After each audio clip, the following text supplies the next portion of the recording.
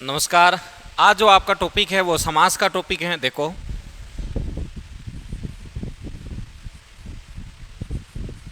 समास। कई बार तो ये सवाल भी पूछ लिया जाता है कि समास के अन्य नामों के पूछ लिया जाता है, समास की जगह कोई दूसरा ही नाम दे दिया जाता है। जैसे ऐसे दे दे, समास को सामासिक शब्द भी कहते हैं या समास को समस्त पद भी कहते हैं। हो सकता है कि समास दे ही ना, ऐसा हुआ है, सवाल आया भी था कि समास के अन्य नाम क्या है। तो समास को सामासिक शब्द भी कहते हैं, समास को समस्त पद भी कहते हैं। तो ये सवाल गलत नहीं होना चाहिए क्योंकि ये इसके अन्य नाम है। देखो, उसके बाद में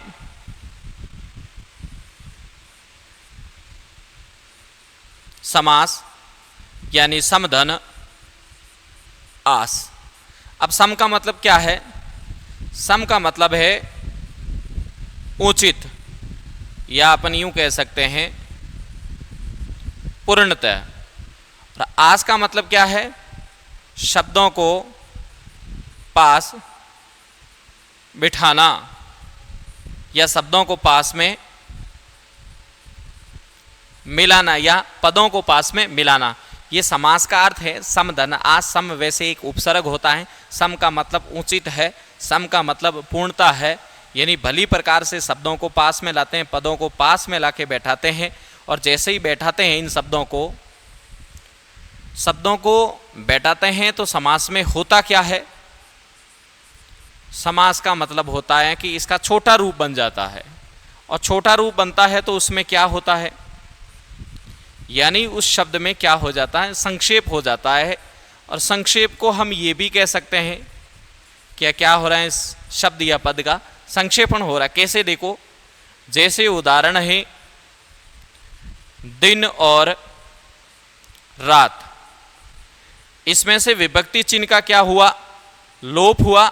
लोप होते ही देखो शब्दों को उचित यानी सही तरीके से पास में मिलाया यानी बिठाया, और बिठाते ही शब्द क्या बन गया? दिन रात। जैसे ही शब्द दिन रात बन गया तो इस शब्द का क्या हो गया? संक्षेपण हो गया। या इस शब्द का क्या हो गया? संक्षेप हो गया। या इसे हम ये कह सकते हैं कि शब्द का कौन सा रूप बन गया? छोटा रूप बन गया है। तो समास के पहले बेसिक नॉलेज आना चाहिए। सैद्धांतिक सवाल आपको अगर पूछ ले तो फिर उस समय आपको आना चाहिए। समास के अन्य नाम सामासिक शब्द भी कहते हैं, इसे समस्त पद भी कहते हैं। समास का मतलब समधन आस होता है। सम यानी उचित या पूर्णतः, या आस का मतलब पास में बिठाना या मिलाना या छोटा रूप बन जाता है। ये बेसिक सवाल है, सैद्धांतिक सवाल है जो आपको आने चाहिए। अब देखो, उसके बाद में ये बहुत अच्छा सवाल है, पूछा जा सकता है। अगर आपको पेपर के अंदर ये पूछ ले कि समास के कुल प्रकार कितने हैं, ये सवाल बहुत अच्छा सवाल है। ये सवाल ही पूछ ले कि समास के कुल प्रकार क्या है, या ऐसे पूछ ले कि अर्थ के आधार पर समास के कितने प्रकार है, या ऐसे पूछ ले प्रयोग के आधार पर समास के कितने प्रकार हैं। मित्रों, उस समय ध्यान रखना है आपको कितने प्रकार करने हैं? 6 प्रकार करने हैं। लेकिन सवाल इस तरीके से पूछ ले, पद प्रमुखता की दृष्टि से समास के कितने प्रकार हैं, तो उस समय आप कितने करोगे? 4 करोगे।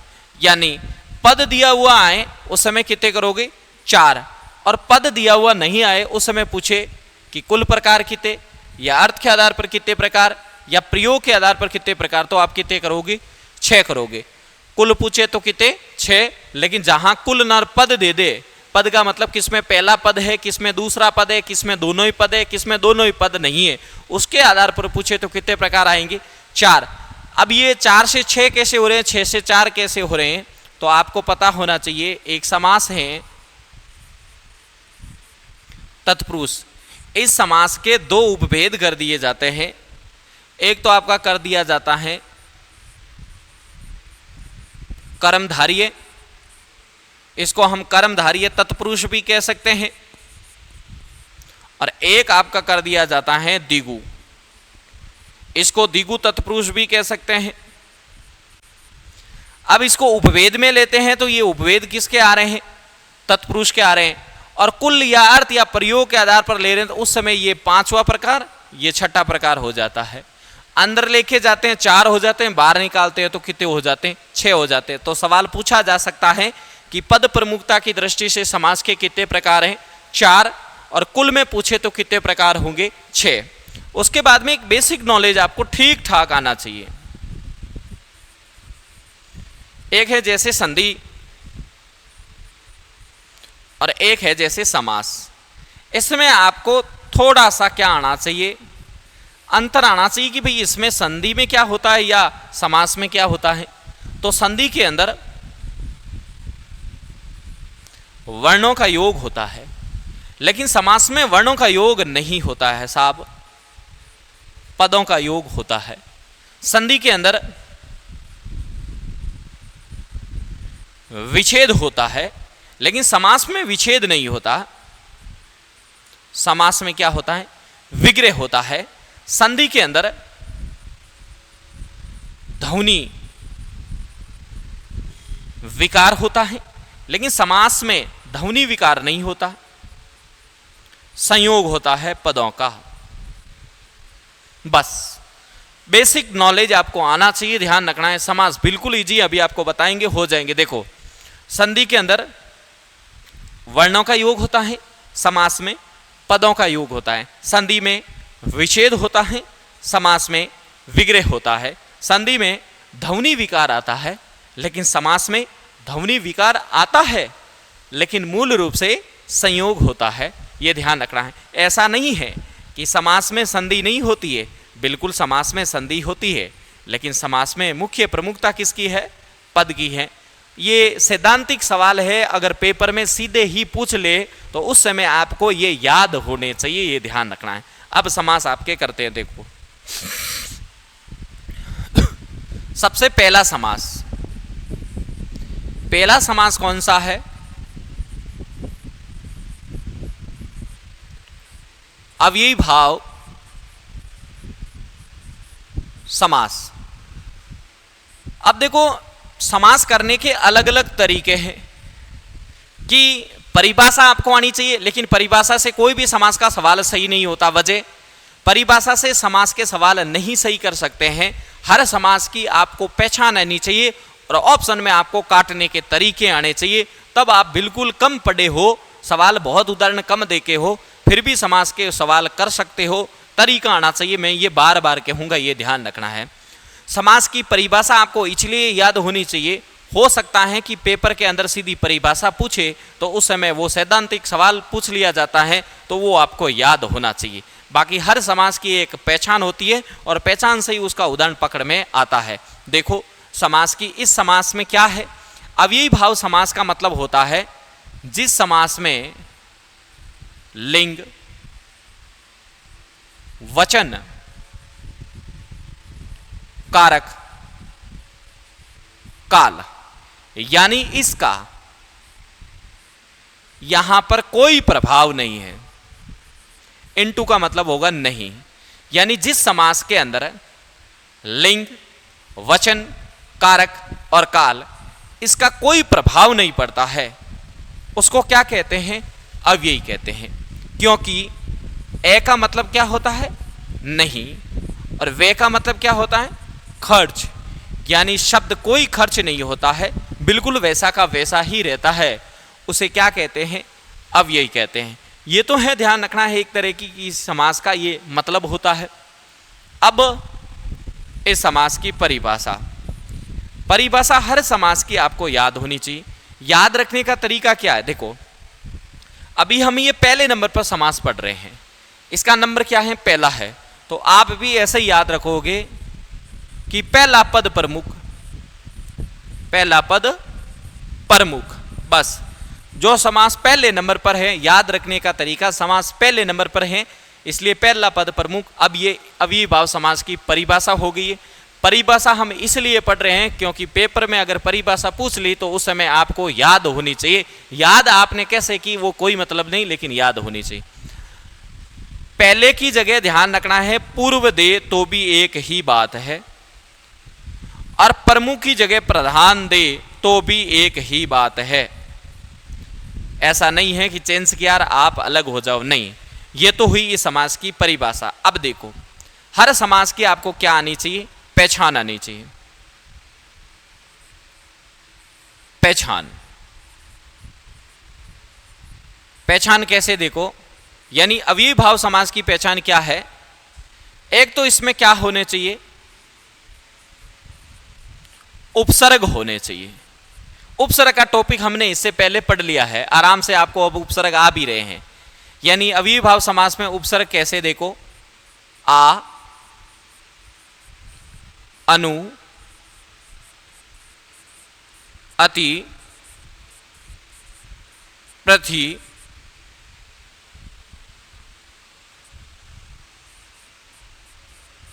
प्रति, यथा, बा, बे, स, नी, दर, हर, भर। इस प्रकार के अगर आपको कहीं भी अवयव दिखते हैं, ये इस प्रकार के आ, अनु, अति, प्रति, यथा, बा, बे, सा, नी, दर, हर, भर, यानी ये उपसर्गों की क्या है कि एक तो इसकी आ रही है पहचान। समास के सवाल पहचान से ही पकड़ में आते हैं, परिभाषा से पकड़ में नहीं आते। परिभाषा आपको याद होनी चाहिए, क्योंकि अगर परिभाषा सीधी पूछ ली उस समय क्या करोगे। एक नंबर तरीका तो यह है कि इसमें उपसर्ग आएगा। दूसरा नंबर तरीका क्या है? शब्दों की आवृत्ति, यानी एक शब्द दूसरी बार आएगा। कैसे? देखो, जैसे ये घर, घर, अब ये एक शब्द क्या आ गया है? दूसरी बार। जैसे मंद, मंद, एक शब्द क्या आ रहा है? दूसरी बार आ रहा है। जैसे ही एक शब्द दूसरी बार आएगा, समास कौन सा हो जाएगा? अव्ययीभाव समास हो जाएगा।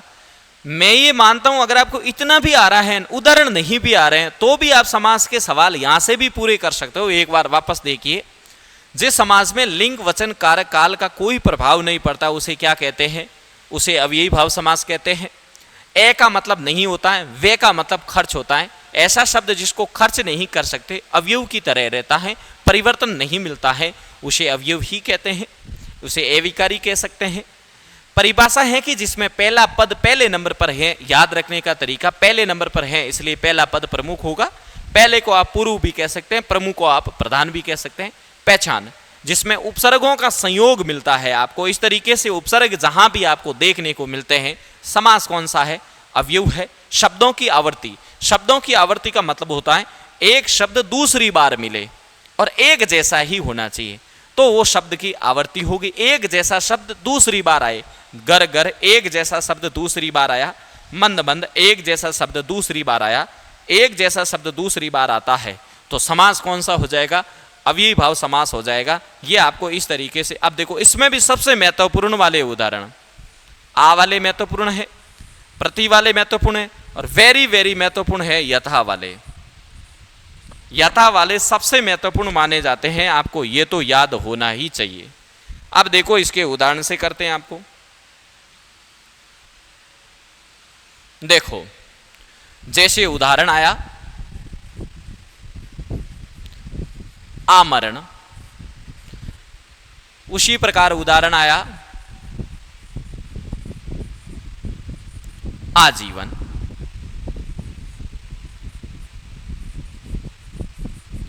आजन्म, आकंठ, आजानुबाहु,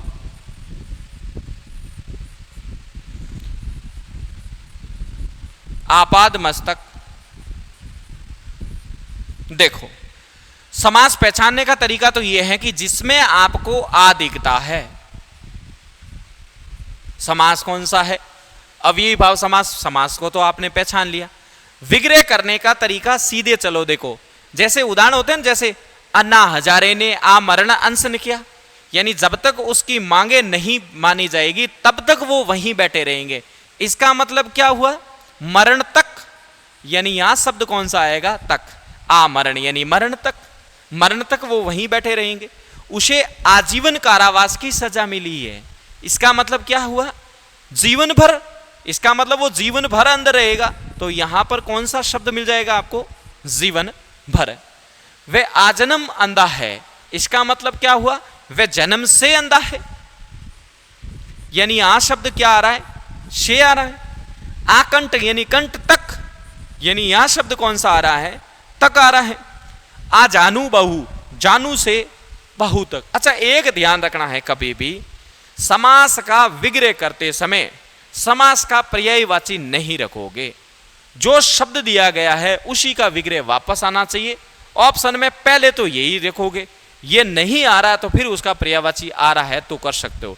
लेकिन जब तक कोई शब्द दिया हुआ तब तक उसके दूसरे पर्यायवाची रखने की कोशिश नहीं करोगे। समास जिस शैली में दिया हुआ है, जिस शब्द में दिया हुआ है, जिस भाषा में दिया हुआ है, उसी शैली, उसी भाषा, उसी शब्द में उसका विग्रह होना चाहिए।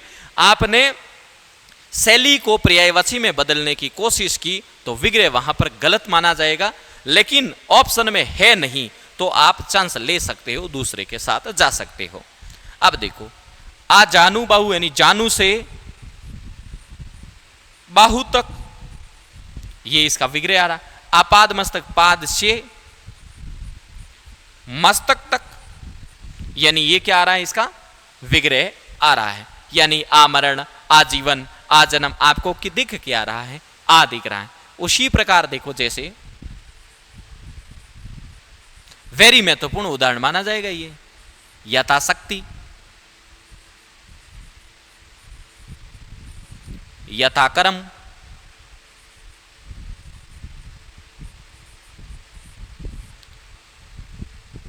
यथार्थ,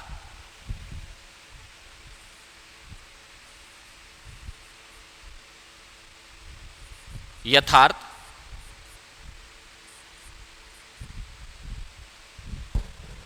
अब देखो, जैसे उदाहरण आया यथाशक्ति, तो गरीबों को यथाशक्ति दान दो, जैसी आपकी शक्ति है उसी के अनुसार। यथाकर्म, कर्म के अनुसार। यथार्थ जैसा वास्तव में अर्थ है। यथार्थ का मतलब जैसा वास्तव में अर्थ है। प्रेमचंद जीवन के शुरुआत में आदर्श थे, लेकिन जीवन के अंतिम क्षणों में यथार्थ पे चले गए।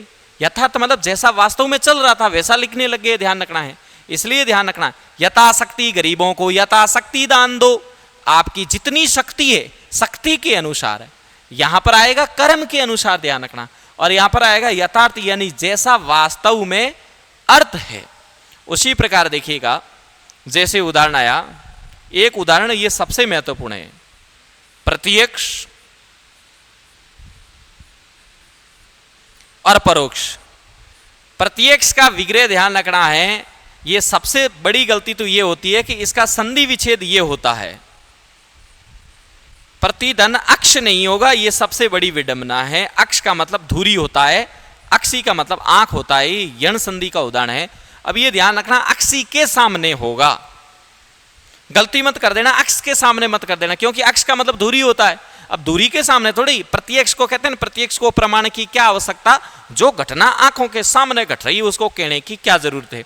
तो यहां पर होगा, ध्यान रखना, अक्षी के सामने, और यहां पर होगा अक्षी के पीछे।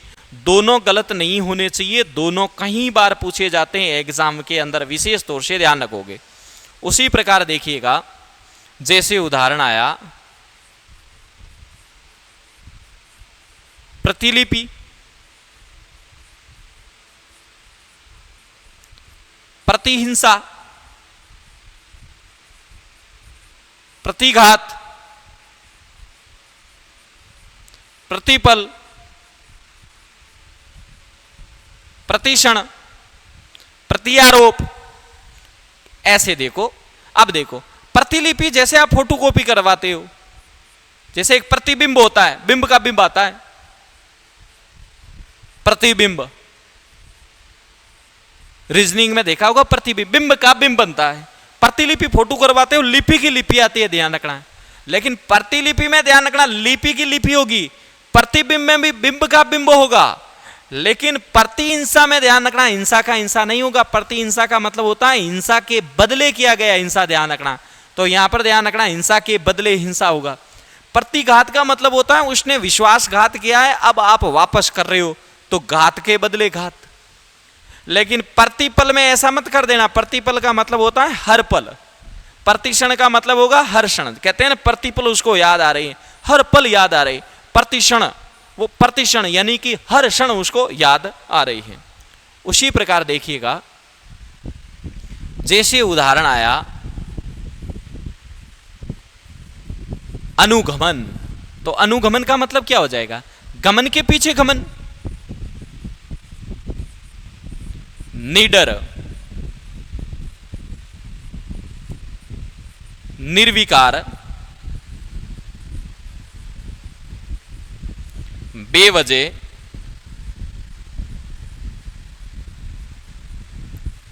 बेरोजगार,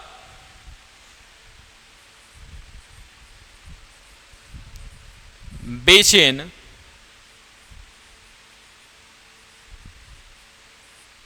निमंत्रण,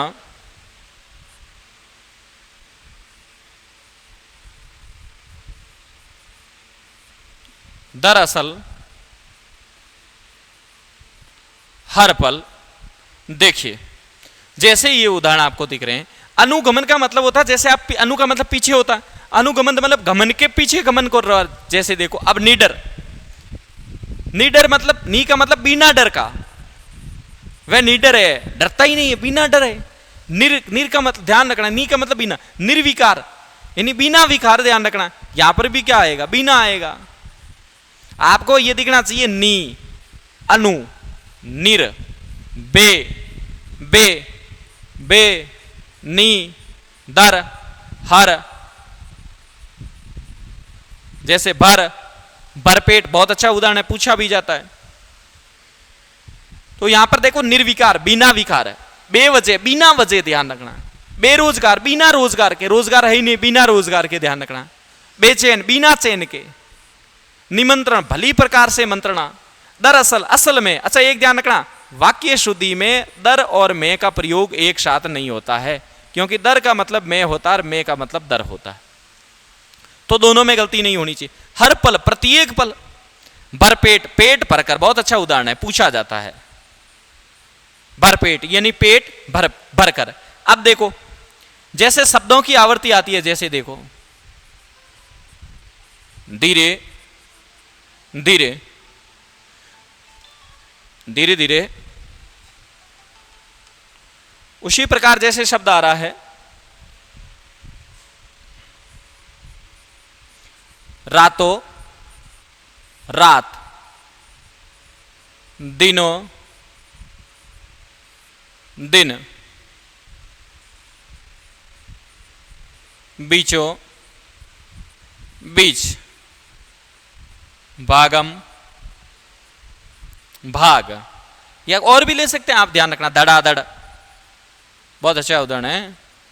ये धड़ाधड़न कहाँ होता है? भागम भाग, बीचों बीच। देखो धीरे धीरे, धीरे धीरे, धीरे के बाद धीरे। रोहित शर्मा शुरुआत में बहुत धीरे धीरे खेलता है और अंत के समय में बहुत खाता खाता खेलता है, ध्यान रखना। खाते के बाद खाता, समझते हो? खाता खाते में धीरे धीरे। एक वो गाना भी है ना, धीरे धीरे वो मेरी जिंदगी में आना। भाई टाइम नहीं लग जाए, हैं लेट नहीं हो जाए, धीरे धीरे, इसलिए उसकी जगह चेंज करो, अब करो खाता खाता, खाता खाता मेरी जिंदगी में आना। उसी प्रकार रातों रात, उसने ये काम रातों रात कर दिया, रात ही रात में कर दिया, उसी रात में कर दिया। दिनों दिन, उसकी प्रगति दिनों दिन हो रही है, ध्यान रखना। दिन के बाद, ध्यान रखना, रातों रात में रात ही रात होगा, दिनों दिन में, ध्यान रखना, दिन के बाद दिन होगा, ढंग से लिख लेना। बीचों बीच में, ध्यान रखना, बीच के भी ठीक बीच में होगा, इसलिए गलत नहीं होना चाहिए। भागम भाग, भागने के बाद भागना, धड़ाधड़, धड़ के बाद धड़ाधड़, है ये भागम भाग, धड़ाधड़ है। पल पल कहते हैं ना, पल पल उनकी याद आए, है ना। तो ये ध्यान रखना इस प्रकार से। अब देखो एक जैसे शब्द आ रहे हैं, एक जैसे शब्द आ रहे हैं, एक जैसे शब्द आ रहे हैं, एक जैसे शब्द आ रहे हैं, एक जैसे शब्द आ रहे हैं, एक जैसे शब्द आ रहे हैं। शब्दों की क्या हो रही है? आवर्ती हो रही, जैसे ही शब्द की आवर्ती होती है समास कौन सा हो जाएगा, अव्ययी भाव समास हो जाएगा। आपको अव्ययी भाव समास की पहचान आनी चाहिए। मैं फिर कह देता हूं, पहचान, किसी भी समास की पहचान आती है तो सवाल बहुत जल्दी आप पकड़ लोगे। अगला समास देखिएगा, जैसे दूसरा समास है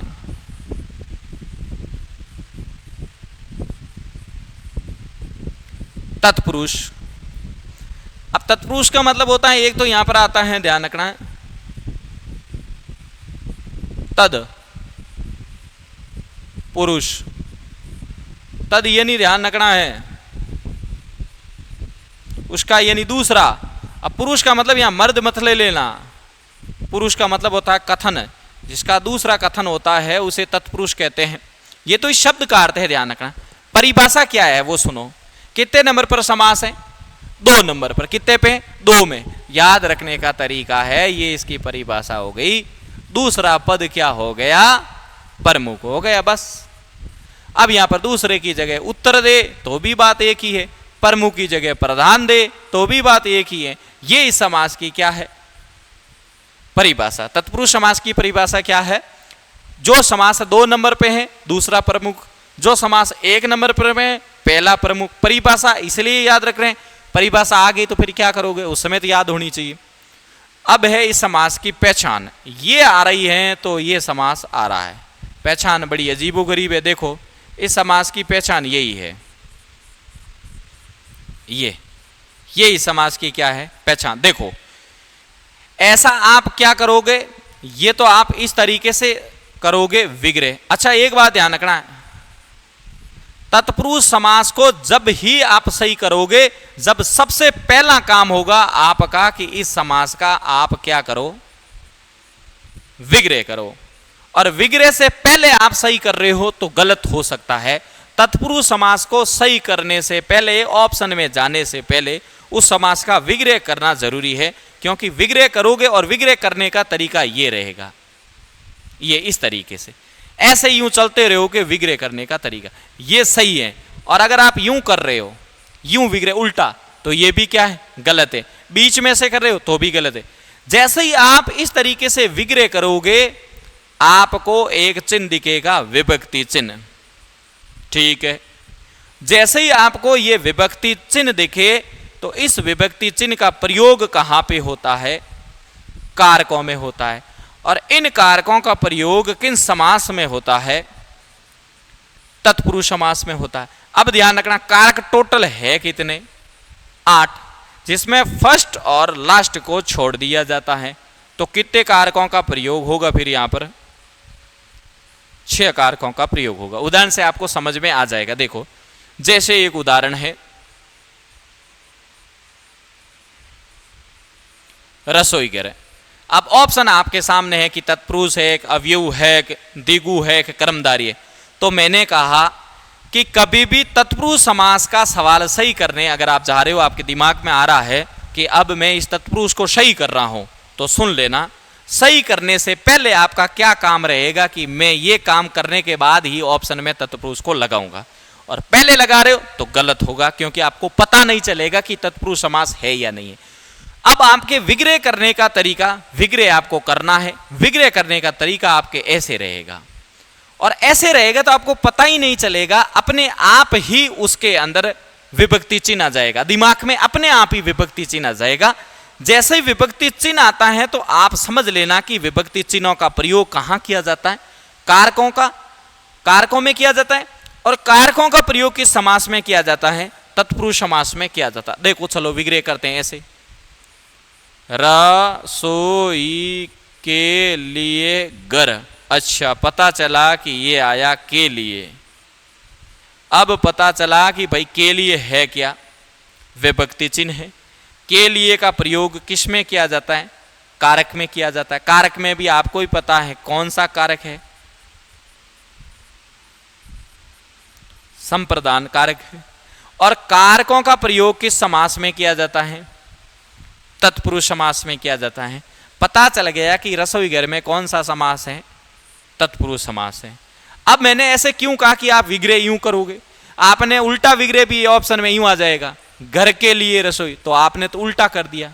उल्टा कर दिया तो गलत हो गया, यूं कर दिया ना आपने, यूं कर दिया तो गलत हो गया। विग्रह आपको यूं करना है। मैं ये मानता हूं अगर आपने इतना भी समझ लिया ना तो भी तत्पुरुष समास आता है। अगर आपने इतना भी समझ लिया ना तो भी आपको तत्पुरुष समास पूरा आता है। तत्पुरुष समास का आप ऑप्शन में जाते हो कि ये इसमें भी तत्पुरुष है, पहले सीधा कर दिया, गलत होगा। जब तक आप उस समास का विग्रह करके चेक नहीं करते हो कि इसमें कारकों का प्रयोग हो रहा है कि नहीं हो रहा है, डायरेक्ट आप सीधा जा रहे हो तो गलत का चांसेज 90% रहेगा। हो सकता है कोई रटा हुआ उदाहरण आ गया तो एक अलग बात है। अब देखो कुछ एक उदाहरण देखते हैं इनके। जैसे उदाहरण आया,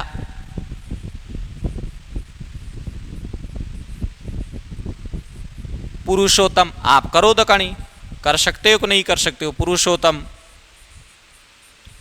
वनवास, वनवानुष, वनगमन, करो इनके विग्रह, करो तो कहानी कैसे करते हो आप। पर्णकुटी, विग्रह करना है वनवास, वनमानुष, वनगमन और पर्णकुटी।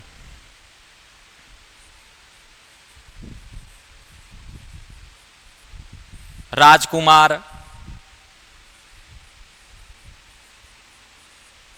राजमाता, राजभाषा, स्वर्ण पदक, करो इनके देखो कैसे सही करते हो कि नहीं करते हो, तरीके से आप चलाते हो कि नहीं चलाते हो। प्राप्तोदक, घुड़सवार, घुड़सवारी, सबसे महत्वपूर्ण, ये तो पूछ ही लिया जाएगा। करो दकानी विग्रह कैसे करते हो, देखो ऐसे ही चलाना। अब यूं ऐसे चलाओगे, देखो पुरुषों में उत्तम, पता चल गया कि मैं आ रहा है और मैं अधिकरण कारक में आ रहा है, और अधिकरण कारक का प्रयोग तत्पुरुष में ही किया जाता है, फर्स्ट और लास्ट छोड़ना है। अब देखो भगवान राम ही थे, वनवास गए थे, तो वन में वास, ये हो गया मैं। अब मैं का प्रयोग अधिकरण कारक में हो रहा है, मैं पे पर। वन मानुष, वन में रहने वाला मानुष, ये भी मैं हो गया। वन गमन, अब यहां पर ध्यान रखना, यहां वन में वास है लेकिन यहां पर वन को गमन है। अब को का प्रयोग कर्म कारक में आ रहा है। पर्ण कुटी, पर्ण से बनी हुई कुटी ध्यान रखना है, यानी पत्तों से बनी हुई कुटी ध्यान रखना। कुटिया मतलब झोंपड़ी, पर्ण यानी पत्ते। लेकिन समास विग्रह करते समय भाषा शैली वही रखनी है जब तक ऑप्शन भाषा शैली ना छोड़े तो। राजकुमार, राजा का कुमार हो गया, ये तो राजा के लिए मत कर देना, ऑप्शन ऐसे ही रहेंगे, के लिए का लिया। ये बहुत अच्छे शब्द है दोनों।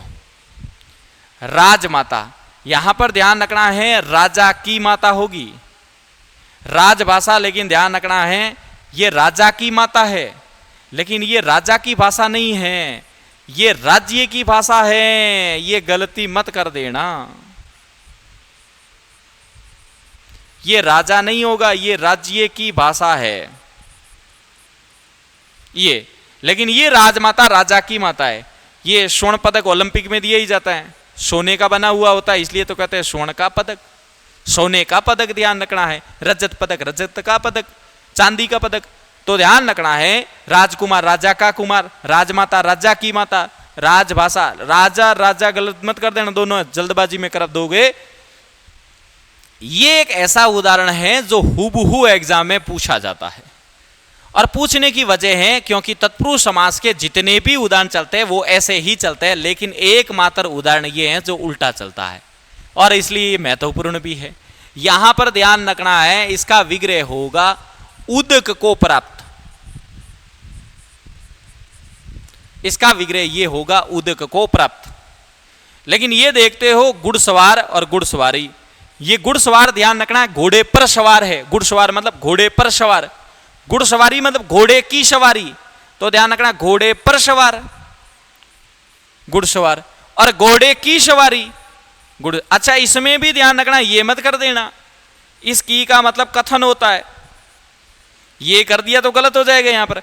और इस की का मतलब संबंध होता है, यानी ये संबंध कारक में आता है, ये की, बड़ी की, ये ध्यान रखना। संबंध वैसे भी बड़ा ही रखना चाहिए, ये ध्यान रखना। की में अंतर, घुड़सवारी, घोड़े की सवारी, घोड़े की गलत हो जाए, ये कथन है। राम ने कहा कि, तब ये आएगा।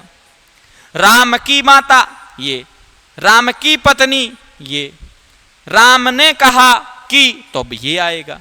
घुड़सवार घोड़े पर सवार, प्राप्तोदक उदक को प्राप्त, ये उदाहरण इनमें से आ जाएगा, आप टेंशन नहीं मत लो। उसके बाद में देखो एक बहुत अच्छा उदाहरण है, आपको ही विग्रह करना है।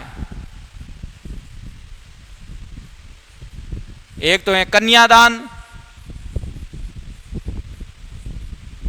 रक्तदान, इनका विग्रह आप ही करो।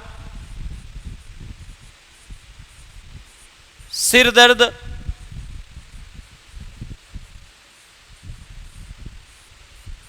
आप बीती, विग्रह आपको ही करना है भाई। देशभक्ति,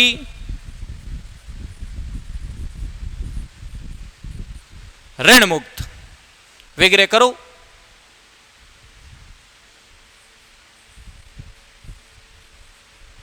पशु बलि,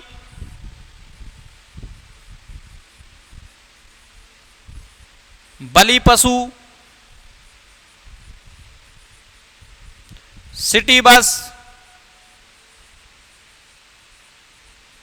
जेब कतरा, करो विग्रह।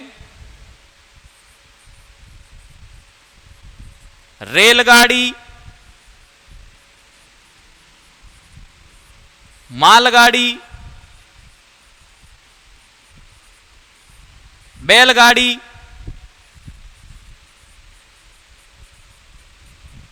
हवन सामग्री,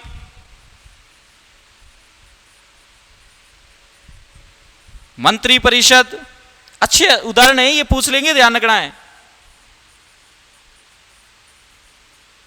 तुलसीकृत, रामचरित, ये भी अच्छे उदाहरण है भाई। उसी प्रकार मच्छरदानी,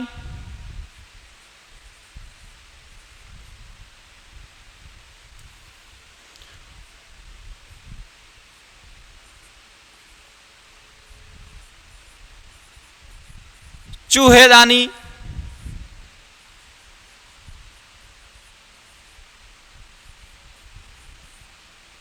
वापस ही लिख देते हैं भाई। मसालदानी,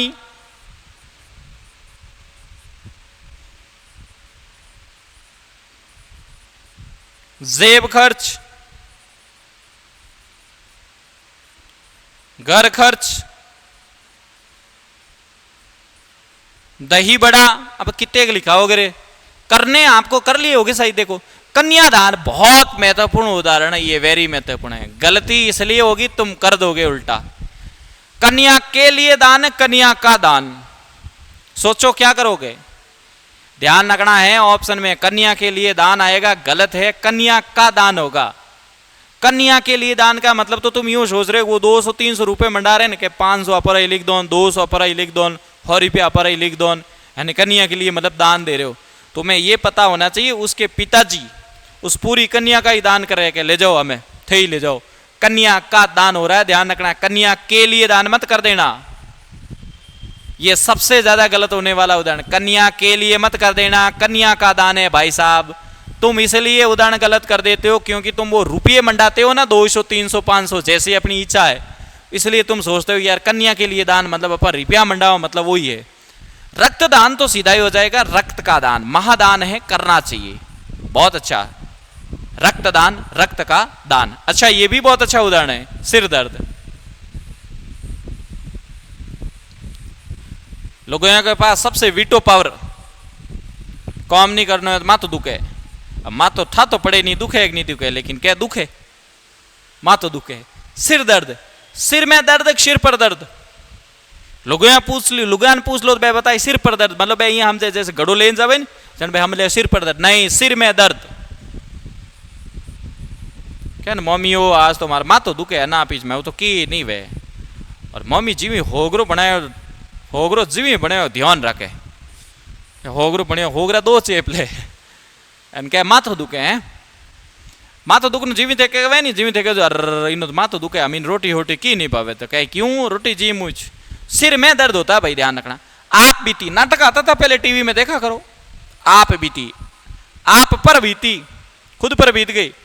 इस नाटक को रात को 10 बजे ही शुरू किया जाता था, वजह फिक्स है। आप बीती नाटक भूतों का है भाई, इसको दिन में ही शुरू कर दे, दिन को 2 बजे तो कोई नहीं डरे भूतों। लेकिन वो रात की कंडीशन ही ऐसी हो जाती है कि अंदर वो डरावनी कहानियां चल रही है, बाहर भी अब शू सा, तो जीव पे मैंने की आडो और भाजे बार कोई लोटो परियो तो फंडर लगे, अरे वो स्थिति एडजस्टमेंट की जाती है। इसलिए रात को 10 बजे के बाद बाहर भी सन्नाटा, अंदर भी बराबर। इसको 2 बजे, दिन को 2 बजे शुरू कर दो भूतों वाले नाटक, कोई नहीं डरेगा, बिल्कुल बिंदास। रात को 10 बजे करो शुरू, सूसाड़ सू सान अपन चुपचाप देखा, डर लागी। आप पर बीती ध्यान रखना। देशभक्ति, देश के लिए भक्ति साहब बहुत अच्छा उदाहरण है फौजी साहब। ऋण मुक्त, ऋण से मुक्त अलग हो गया, ध्यान रखना। अपादान, और ये ध्यान रखना है संप्रदान आ रहा है। अच्छा, पशु बलि का क्या होगा? पशु की बलि या पशु के लिए, ध्यान रखना। यहां पर पशु की बलि होगा, और बलि पशु का मतलब होगा बलि के लिए पशु, बलि के लिए पशु। सिटी बस ये शहर में ही चल रही है, इसलिए केवल सिटी के लिए बस है, और उसी में चढ़ जाता सिटी के लिए बस। उस समय जेब कतरा वाला सट जाता, जेब को कतरने वाला, जेब कतरा, उसके हथकड़ी लग जाती है, ध्यान रखना है। रेलगाड़ी का क्या, ये अच्छा उदाहरण पूछा जाता है। रेलगाड़ी, ध्यान रखना, रेल का मतलब पटरी होता है, पटरी पर चलने वाली गाड़ी को रेलगाड़ी कहते हैं। तुम रेल पर चलने वाली, ध्यान रखना, रेल आएगा, ध्यान रखना ऑप्शन में, वैसे कोष्टक में पटरी आ सकता। रेल पर चलने वाली गाड़ी, रेल का मतलब पटरी होगा, ध्यान रखना, तुम इंजन को मत ले लेना। रेल मतलब पटरी पर चलने वाली गाड़ी को रेलगाड़ी कहते हैं। सवाल आया हुआ है, फिर आएगा। मालगाड़ी, माल को ढोने वाली गाड़ी, जैसे एक होता है माल गोदाम, माल के लिए गोदाम बनाया हुआ है, ध्यान रखना है। और ये मालगाड़ी माल को ढोने वाली है। ये बैलों से चलने वाली गाड़ी को बैलगाड़ी कहते हैं। और ये दोनों साथ में पूछेंगे, फिक्स है। हवन सामग्री का ध्यान रखना है, हवन के लिए यानी ये जो सामग्री है वो किसके लिए है? हवन के लिए है। तो ध्यान रखना यहां पर क्या हो जाएगा, हवन के लिए, मतलब सामग्री किसके लिए लेके आए? हवन के लिए लेके आए, तो हवन के लिए सामग्री। लेकिन इसमें मंत्रियों के लिए परिषद मत कर देना, यहां पर मंत्रियों की परिषद होगा। दोनों ही उदाहरण महत्वपूर्ण है। उसी प्रकार देखो, एक जैसे कवि पुंगव साहित्य मैंने करवाया होगा, एक उदाहरण बहुत अच्छा है। कवि पुंगव बहुत अच्छा उदाहरण है। कवि पुंगव, कवियों में पुंगव, कवियों में श्रेष्ठ कवि पुंगव, ये भी पूछा जाता है। और ये दोनों ही पूछे जाते हैं। ये भी पूछा जाता है तुलसी कृत, तुलसी द्वारा कृत, तुलसी के द्वारा रचित, तुलसी कृत रामचरित, राम का चरित है। मंत्री, ये दोनों पूछ लेंगे रे, मैं फिर कह देता हूं। मंत्रियों की परिषद और हवन के लिए सामग्री, दोनों गलत नहीं होने चाहिए, ये भी पूछा जाता है। मच्छरदानी, मच्छर को रोकने के लिए जो बनाई गई ना मच्छरदानी, ओढ़ लेते हो तुम लोग, शाम के मच्छर आते हैं, मच्छर को रोकने के लिए दानी बनाई गई है। चूहेदानी, चूहेदानी चूहे को पकड़ने के लिए दानी बनाई गई है, यानी इसका कार्य क्या है ये पूछा जा रहा है, ध्यान रखना। मसालदानी, इसको हटड़ी कहते हैं अपनी भाषा में, मसाला रखने के लिए दानी है। उसमें होता है ना अलग अलग, जैसे लूण, मिर्चान, हल्दी, धोनान, अलग अलग, हटड़ी कहते हैं अपनी भाषा में, ध्यान रखना। हटड़ी मसाला रखने के लिए। और जेब खर्च, तुम्हारे पास पैसे आई हैं जेब के लिए खर्च, घर चलाते हो तो घर के लिए खर्च। दही बड़ा, शादी विवाह में गए होंगे, जीमा होगा तुमने, दही बड़ा, दही कचौरी है। दही बड़ा का क्या होगा? दही का बड़ा, दही का तो बड़ा बना नहीं, दही में डूबा हुआ बड़ा, दही बड़ा होता है, ध्यान रखना है। हाँ, गलती मत करना। उसी प्रकार एक बहुत अच्छा उदाहरण है अमचूर, वेरी महत्वपूर्ण कर देता हूं इसको भी। इसका होगा आम का चूर्ण, ध्यान रखना है, आम का चूरा। महत्वपूर्ण सवाल पूछा जाता है, गलत मत करना। हाँ, समास के सवाल करने का तरीका यही रहता है कि समास की पहचान आनी चाहिए कि समास को किया कैसे जाता है। उसके बाद ऑप्शन को काटते हुए चलो कि ये उदाहरण यहां नहीं होगा, ये उदाहरण वहां जाएगा, ये उदाहरण यहां नहीं होगा, इसमें उपसर्ग लग रहे हैं, ये अव्ययी भाव समास में जाएगा, ये तत्पुरुष में इसलिए जाएगा क्योंकि विग्रह करते समय चेक किया, विभक्ति चिन्ह आई, जैसे विभक्ति चिन्ह आई पता चला कारक है, कारकों का प्रयोग तत्पुरुष समास में किया जाता है, तो पता चल गया कि ये तत्पुरुष समास है। इसका मतलब ये हुआ कि अव्ययी भाव समास देखते ही पकड़ में आ जाएगा कि ये अव्ययी भाव समास है। क्यों? क्योंकि वहां पर उपसर्गों का प्रयोग और शब्दों की आवृत्ति दिख रही है। तत्पुरुष समास देखते ही पकड़ में नहीं आएगा, तो तत्पुरुष समास को करते समय पहले विग्रह करके चेक कर ले कि इसमें विभक्ति चिन्ह आ रही है या नहीं। जैसे ही विभक्ति चिन्ह आई, उसके बाद में आप लगा सकते हो कि ये कारक है और कारकों का प्रयोग तत्पुरुष समास में किया जाता है।